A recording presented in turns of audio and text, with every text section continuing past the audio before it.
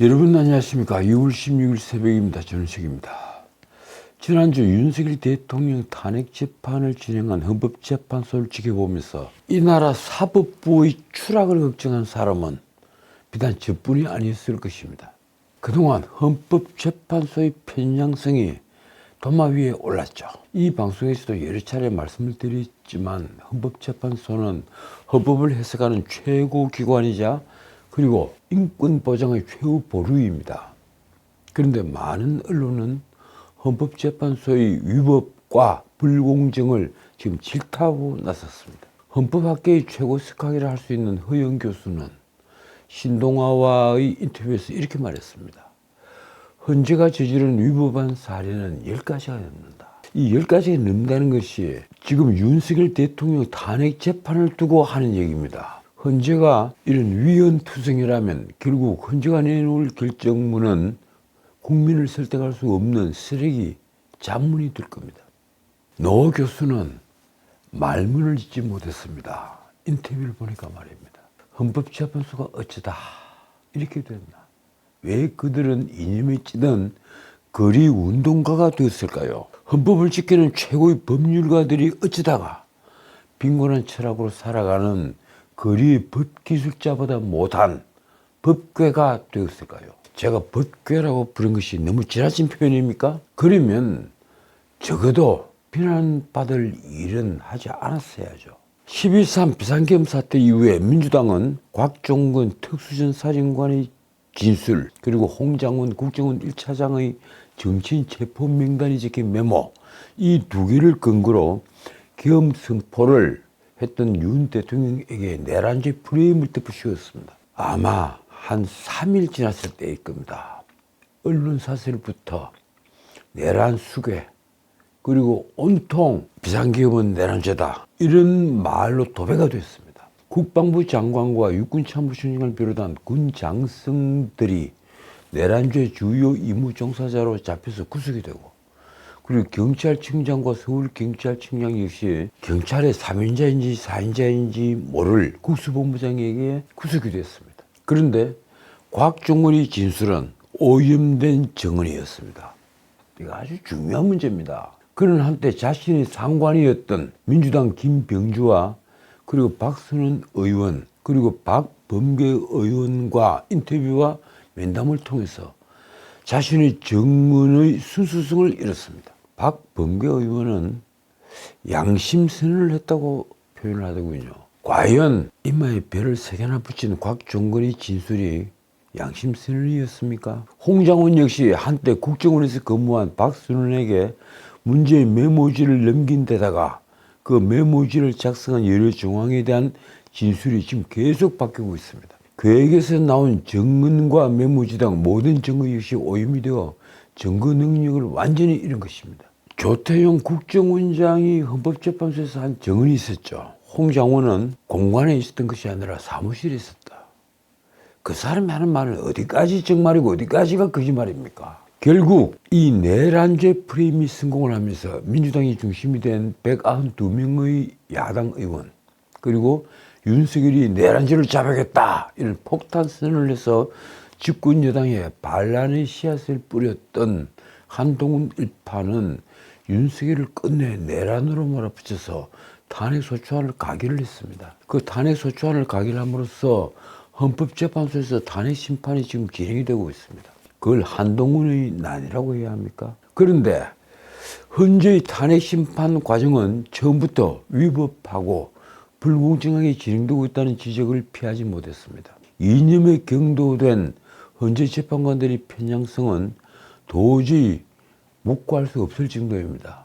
허영 교수는 헌재의 위법하고 불공정한 탄핵심판 때문에 국론이 더 분열되고 심한 경우에 내란을 조장하는 결과를 가져올 수 있다고 경고를 했습니다. 솔직히 제가 이틀 전입니까? 제 방송에서도 말씀을 드렸지만은 서부지방법원에 시민들이 폭도로 변해 난입한 것은 우리 사법부가 그만큼 권위를 잃었다는 증거이기도 합니다. 윤준 서울고등법원장이 사임을 하면서 했던 인터뷰에도 이 말씀이 들어가 있습니다. 어찌다가 시민들은 사법부에 대해 존중을 잃었을까요? 사법부가 권력이 흔들리고 이념에 흔들리며 우리 사회에서 어쩌면 가장 먼저 쓰고 들어가는 곳일지 모를 정도가 됐기 때문입니다. 이제 아마 법정을 나오면서 법들을 향해 몽예를 하는 변호사들은 없어질 걸로 보입니다. 누가 법대를 존경하겠습니까? 정의를 결정하는 법대에 높이 앉아 정관예우로 정의를 재단한다면 그 사법부를 누가 믿겠습니까? 하물며 이념에 찌든 법관들이 먼저 편 가리기를 한다면 그건 생각하기도 싫은 끔찍한 지옥의 풍경입니다. 그런데 그런 풍경이 지금 펼쳐지고 있는 것입니다. 글쎄요, 아마 권순일 김만배의 재판 거래, 그게 하나의 기폭제가 된 것도 같습니다. 썩을 대로 썩었으니 말입니다. 허영 교수는 이렇게 경고합니다. 지금까지처럼 헌재가 위법하고 불공정한 탄핵 심판을 이어나갈 경우 민심이 폭발해서 헌재가 내놓은 결과를 국민 다수가 인정하지 않을 것이다. 저는 헌법재판소가 8년 전에, 그러니까 박근혜 대통령 탄핵 심판 심리를 할 때 이정미 재판관이 퇴임하는 2017년 3월 13일 전에 박 대통령을 파면하기 위해서 졸속 재판을 하는 때와 똑같은 일을 벌이는 걸 지켜보면서 과연 우리 헌법재판관들에게 재판의 기준인 헌법과 법률 그리고 양심을 온전히 가지고 있는지 궁금해졌습니다. 묻고 싶습니다. 당신들의 양심은 지금 온전합니까? 정말 묻고 싶습니다. 지금 재판관들 역시 문영배 이미선이 퇴임하는 4월 18일까지 무슨 수를 써서라도 윤석열을 파면하기 위해 총력전을 벌이는 듯하니 말입니다. 우선 허영 교수가 지적한 헌법재판소 위법사항을 보면 이렇습니다. 첫째, 국회가 탄핵소추안 의결 후에 탄핵소추서를 피소추인인 대통령 변호인단에게 송달하는 것에서부터 헌재가 법을 어겼다. 솔직히 이 점은 저도 모르고 있었습니다. 즉 헌법재판소법 29조와 형사소송법 266조 2에 따라 7일간 답변 기회를 보장을 해야 하는데도 헌법재판소는 바로 수신으로 간주를 하면서 공판 기회를 정해버린 겁니다. 송달 후에 일주일 동안 답변 기회를 줘야 하고 그 답변서를 받은 후에 공판 기회를 정하는 게 원칙인데 말입니다. 헌재는 송달 즉시 수신 간주한다면서 공판 기회를 일방적으로 정해버렸습니다.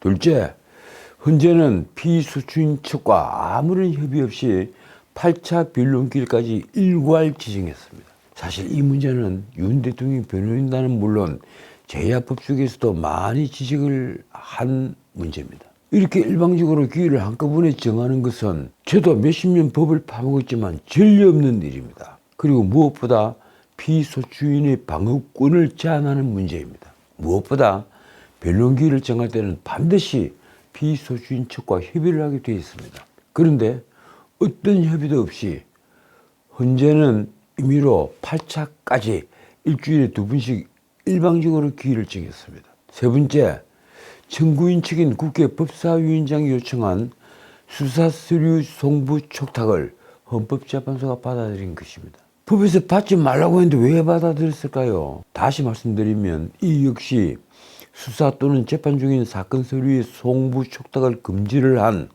헌법재판소법 32조를 정면으로 위반한 것입니다. 헌법재판소법에서 수사 또는 재판 중인 사건의 경우에 그 서류의 송부 촉탁을 허용하지 않도록 한 것은 왜일까요? 현재 심판하는 사건, 그 심판의 중립성 때문입니다. 정인신문전에 만약에 수사 기록을 열람을 하게 되면 재판관들이 사건에 대한 예단을 가지기 때문입니다. 공판 중심주의에서는 사건에 대한 예단을 가장 경계를 합니다. 그런데도 헌법재판소는 내란죄 수사 기록의 송부 촉탁을 했습니다. 자, 그리고 네 번째, 탄핵소추안의 핵심인 내란죄를 국회 소추단이 처리하겠다고 하자 헌법재판소가 수용을 했습니다. 이것도 굉장히 논란이 많이 된 문제죠. 탄핵소추안은 국회 재적 3분의 2 이상의 찬성으로 가결된 것입니다. 엄격히 말해 그 어떤 경우에도 탄핵소추안의 취지를 마음대로 처리하거나 변경할 수 없는 것은 물론입니다. 쉼표 하나 함부로 고칠 수도 없습니다. 그런데 우리 헌법재판소는 이 점에 대해 아주 아픈 역사를 가지고 있습니다. 8년 전 박근혜 대통령 탄핵 심판 사건 때 주심 강일우는 당시 탄핵소추단장인 권성동 법사위원장에게 헌법 위반 5개, 법률 위반 8개를 헌법 위반 2개로 고쳐달라, 이렇게 강압적으로 요구를 했습니다. 당시 법률 위반 8개에는 뇌물죄도 들어가 있었죠. 그런데 헌법 위반 2개, 그것도 권력의 사유와 또 하나 민주주의 메커니즘을 파괴를 했다. 이 2개로 고쳐달라. 아주 선생님이 학생들 가르치듯이 그렇게 강압적으로 요구를 한 겁니다. 권성동은 그런데 이를 수용했습니다. 국회 본회의를 열어 다시 탄핵소추안을 가결하지 않았으면 말할 것도 없습니다. 그런데 이번 헌법재판소에서도 같은 잘못이 반복됐습니다. 국회 측에서 탄핵소추안의 핵심 내용인 내란죄를, 아니 탄핵소추안이 전부라고 할 수 있는 그 내란죄를 헌법재판소 공판 과정에서 처리하겠다고 한 것입니다. 내란 행위만 놔두겠다. 이게 무슨 말인가요? 쉽게 말해 내란죄 이걸 통째로 심사를 하다가는 시간이 너무 걸리니까 적당하게 내란 행위라고 포장을 해서 헌법상 비상계엄의 요건에 맞지 않은데도 비상계엄을 선포했다. 그리고 무엇인가 국헌문란을 하려 하는 행태가 보인다. 뭐 이 정도로 해서 탄핵을 가결하겠다. 이런 취지로 제게는 보입니다. 그런데도 그것을 헌법재판소가 그냥 받아주었습니다. 더욱이 국회 측 대리인은 내란죄를 처리하는 것이 재판부가 저희에게 권유하신 바라고 생각한다. 이런 말을 했습니다. 국회 측 대리인이 미치지 않고는 그런 말을 지원해서 할 일은 만무하지 않겠습니까? 그렇다면 헌법재판소의 누군가가 국회 측 대리인에게 혹은 국회 법사위원장인 정청래에게 요구를 했거나 권유를 했거나 둘 중에 하나를 한 겁니다. 내란죄를 빼는 것이 좋겠다. 그렇게 했다고 보입니다. 그런 엄청난 말을 헌법재판소가 권유하신 대로라는 엄청난 말을 했는데도 누구도 국회 측과 헌재 유착을 따지지 않았습니다. 어떻든 이것은 헌법재판소법은 물론 형사소송법을 명백히 어긴 것입니다. 하기는 헌법재판소에서 말을 하지 않았는데도 부인을 했죠. 뭐 우리가 권유한 바는 없었다. 이런 식의 말은 한 걸로 저는 기억합니다. 형사소송법 298조 제1항에 보면 소추수의 동일성을 해치지 않는 범위 내에서 소추 사유를 처리할 수 있다, 이렇게 되어 있습니다. 그런데 조건이 있습니다. 동일성을 해치지 않는 범위, 그 안에서만 처리를 할 수 있다는 겁니다. 그런데 이번 탄핵소추안의 핵심 내용은 윤석열이 내란죄를 저질렀다는 것입니다. 말하자면 내란죄는 이번 탄핵소추안의 알파이자 오메가입니다. 처음부터 끝이라는 얘기입니다. 그런데도 내란죄를 제외한다면 탄핵소추안은 동일성을 잃기 때문에 당연히 본회의에서 재의결 절차를 밟아야 합니다. 말하자면 헌법재판소가 내란죄를 탄핵소추안에서 제외한다는 국회 측의 제안을 그대로 수용한 것은 명백히 형사소송법 298조 제1항을 어길 겁니다. 헌재가 탄핵심판에 내란죄를 처리한다고 하니 안철수를 비롯해서 탄핵소추안에 찬성을 했던 국민의힘 의원들이 사기 탄핵이라고 반발한 것은 그런 이유였습니다. 내란죄라는 게 적혀 있었으니까 국민의힘 소속이면서도 그 탄핵안에 찬성을 하는 명분이 됐죠. 그런데 그걸 빼겠다고 하니까 그럼 우리는 뭐냐, 이런 말이 나온 겁니다. 탄핵소추안에 내란죄가 포함되지 않았다면 국민의힘 의원들이 탄핵소추안에 찬성을 할 리가 없었습니다. 명분이 없었으니 말입니다. 허영 교수도 내란죄를 빼려면 헌재가 국회 탄핵소추안을 다시 돌려보내서 재의결해 오라고 해야 한다, 이렇게 말을 합니다. 말하자면 내란죄를 빼고 나머지 사유만으로 재적의원 3분의 2가 넘었을 때 헌재가 이 탄핵소추안을 받아들여야 했다는 것입니다. 자, 5번째. 이 정인신문 때 피소추인이 참여할 수 있는 권리를 보장하지 않아 방어권을 침해했습니다. 솔직히 이 문제 하나 때문에라도 이번 헌법재판소 심리는 처음부터 다시 해야 합니다. 저는 그렇게 생각합니다. 사실 이 문제는 정인신문 때마다 논란이 되고 있었습니다. 피소 주인이 참여할 권리를 헌법재판소는 재판관 평의에서 결정을 했다면서 전혀 보장하고 있지 않기 때문입니다. 형사소송법 제163조는 피고인에게 증인신문 참여권을 보장하죠. 피고인도 증인을 물을 때는 언제든지 물을 수 있게 하고 있습니다. 그런데도 헌법재판소는 5차 때부터 나중에 발언할 이유가 있으면 발언하게 해주겠다 이렇게 말하면서 증인을 윤 대통령이 직접 신문하지 못하도록 하고 있습니다. 신문하지 말라. 나중에 발언할 이유가 있으면 발언하게 해주겠다. 이게 무슨 말인가요? 헌법재판소는 왜 이렇게 의도적이고 노골적으로 피소 주인의 방어권을 제한할까요? 이 문제에 대해 허영 교수는 이렇게 말합니다. 왜 이렇게 하는 줄 아는가? 헌재 재판관 몇몇이 심판 결론을 미리 내려놓고 거기에 맞춰 탄핵 심판을 진행하고 있기 때문에 그런 거라고 본다. 이것저것 법을 다 어기면서까지 일사천리로 진행하려니까. 그러면서 한 말이 이렇습니다. 우리나라 헌법 질서에서 민주적 정당성이 가장 강한 게 국민이 직접 선출한 대통령이다. 민주적 정당성이 훨씬 떨어지는 헌법재판소가 민주적 정당성이 가장 강한 대통령을 파면하기 위해 공정성도 없고 신중함도 없이 오로지 탄핵이라는 결론을 향해 신속하게 막 달리다 보니까 이런저런 법 위반이 자꾸 생기는 거다. 자, 6번째. 허영 교수가 지적하는 내용입니다. 원본을 없앴다는 홍 장관의 메모는 필적 감정으로 진정성 확인을 해야 한다. 홍 장관의 메모는 12.3 비상계엄 선포를 내란으로 몰아간 주요 증거가 됐습니다. 그 트리거라고 합니까? 이 방아쇠가 된 겁니다. 그런데 앞에서 말씀드렸다시피 곽종근 특수전 사령관의 증언과 이 홍 장관의 메모는 오염된 증거에 지나지 않았습니다.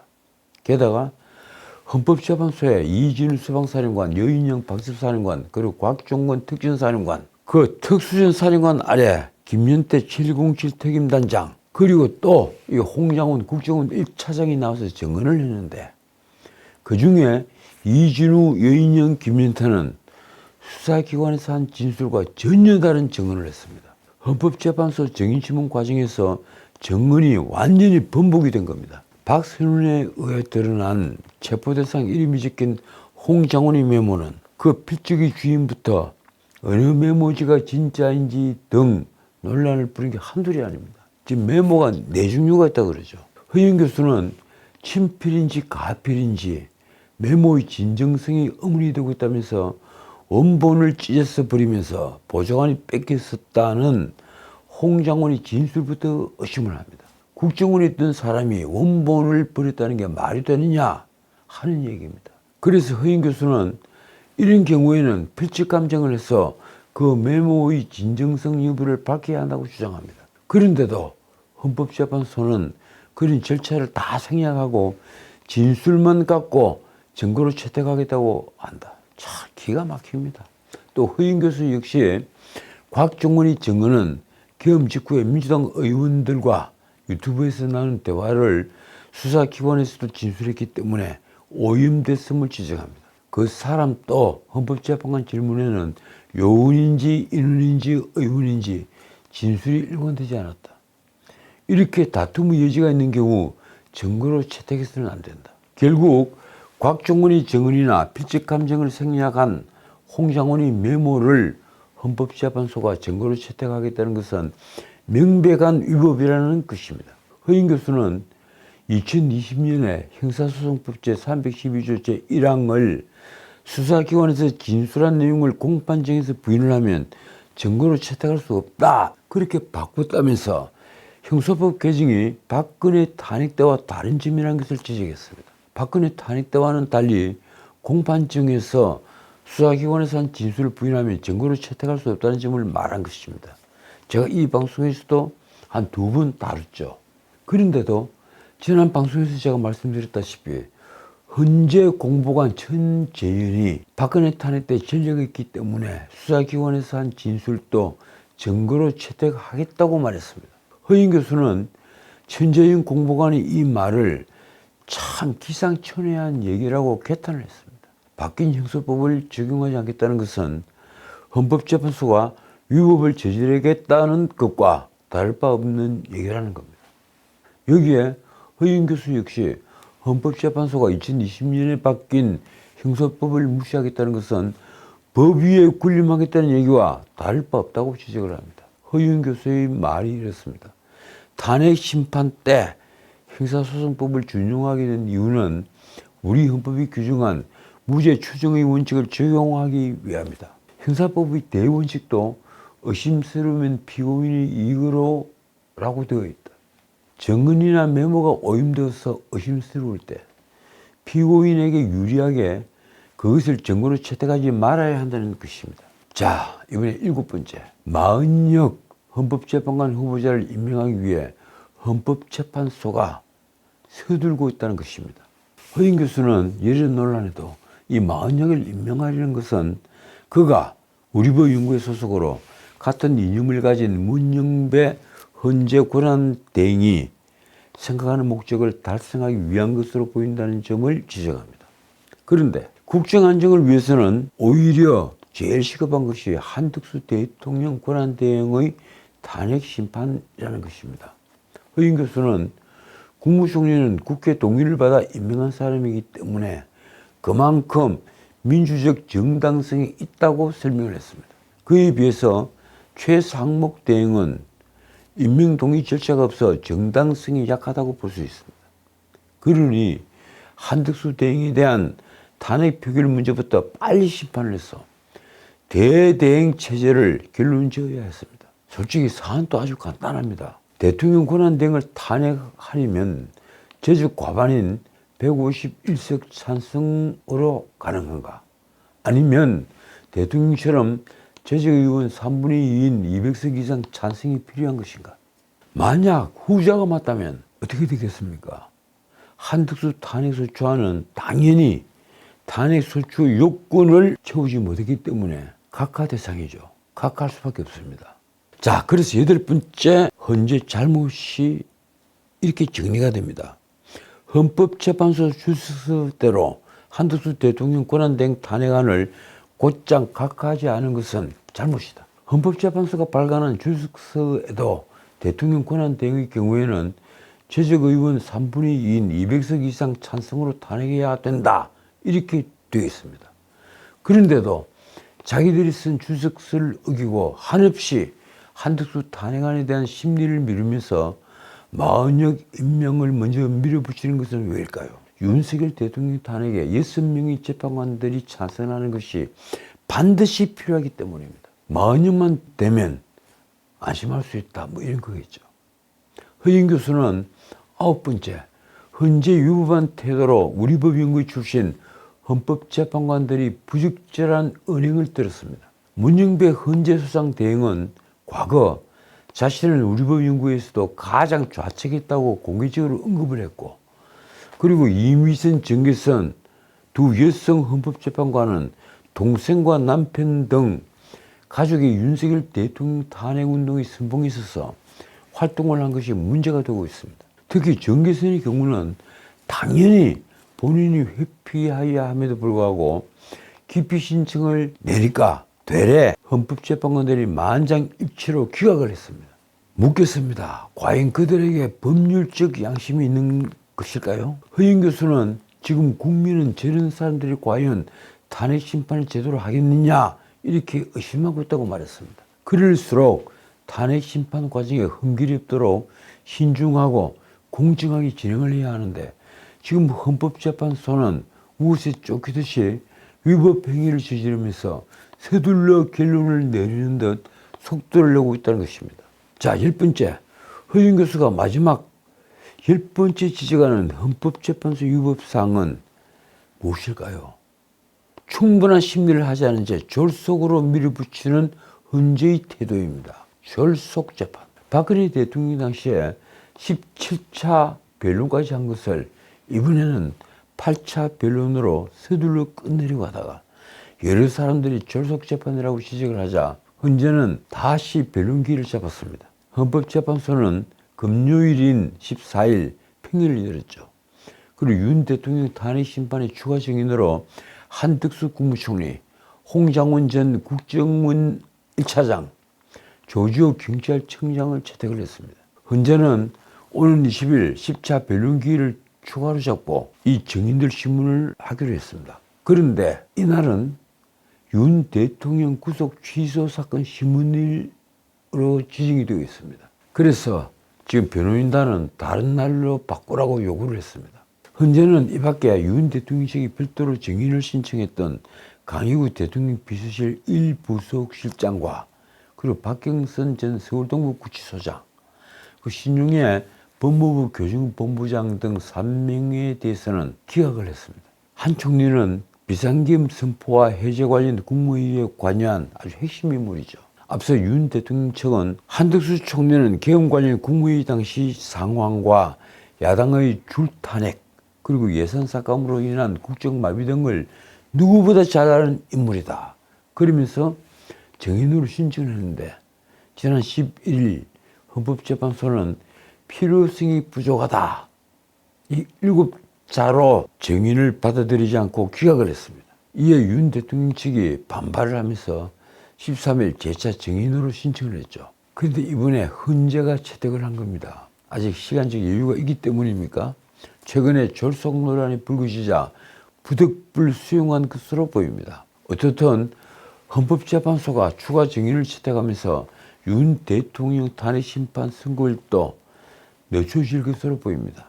헌재는 오는 18일 9차 변론에서 증거조사를 하고 20일 10차 변론에서 한 총리 등에 대한 마지막 증인 신문을 진행합니다. 그 뒤에 윤 대통령에 대한 신문과 최종 의견 진술 절차만 남아 있습니다. 결국 윤 대통령 탄핵 재판은 이달을 넘길 것으로 보입니다. 변론이 빨라야 이달 말에 종결이 되면 재판관 평의가 있죠. 또 그리고 결정문 작성을 해야 합니다.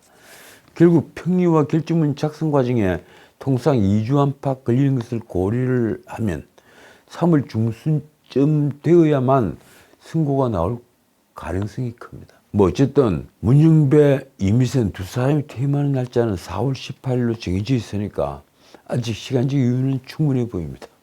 자, 오늘은 여기까지입니다. 허영 교수는 헌재 탄핵 심판이 공정하지 않으면 오히려 국민이 승복하지 않을 것이라고 경고를 합니다. 이제 2030 젊은이들까지 가세하고 있다면서 대학가에서도 탄핵 반대와 헌재 졸속 재판에 대한 비판 움직임이 있다는 것을 지적합니다. 허영 교수의 말이 이렇습니다. 이런 상황에 헌재가 충분한 변론 기회도 주지 않고 만약 대통령을 파면하면 어떤 상황이 생기겠나. 헌법재판소가 완전히 가루가 돼서 없을 수도 있는 상황이다. 참 재밌는 표현입니다. 완전히 가루로 만들어버리겠다. 언젠가 민주당에서 검찰을 두고 가루로 만들 수 있다. 이런 표현을 쓴 적이 있었죠.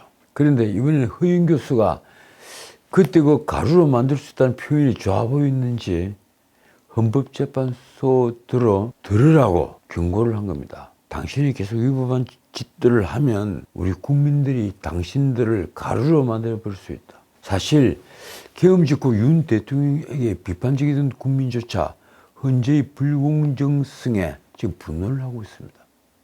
그 때문인지 역풍은 이제 무시 못할 강풍이 되어 있습니다. 윤 대통령을 옹호하는 여론이 점차 늘어나서 이제 탄핵 찬성과 반대 입장이 아주 팽팽해졌습니다. 윤 대통령 지지는 비상계엄 전보다 훨씬 높아진 셈입니다. 이미 공수처와 검찰, 경찰 등 수사기관들은 민심에서 멀어졌습니다. 무엇보다 내란죄 수사권이 없는 공수처가 관할 법원까지 위반하면서 윤 대통령을 체포하고 구속한 것은 두고두고 문제가 될 겁니다. 대한민국 어느 판사도 영장을 거절하지 않았습니다. 결국 누가 내란죄의 범인인가 하는 문제는 다시 도마 위에 오를 겁니다. 허영 교수는 메모 필적 감정이나 추가 증인신문을 진행하느라고 늦어지면 문영배, 이미선 두 재판관 퇴임 이후로 탄핵 심판을 내줘야 한다고 말합니다. 당연한 얘기죠.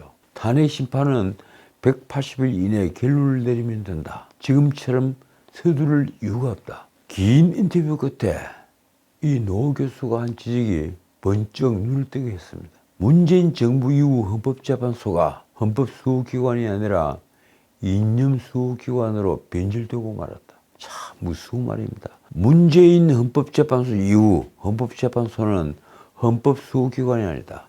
이념수호기관이다. 지금까지 전책이었습니다.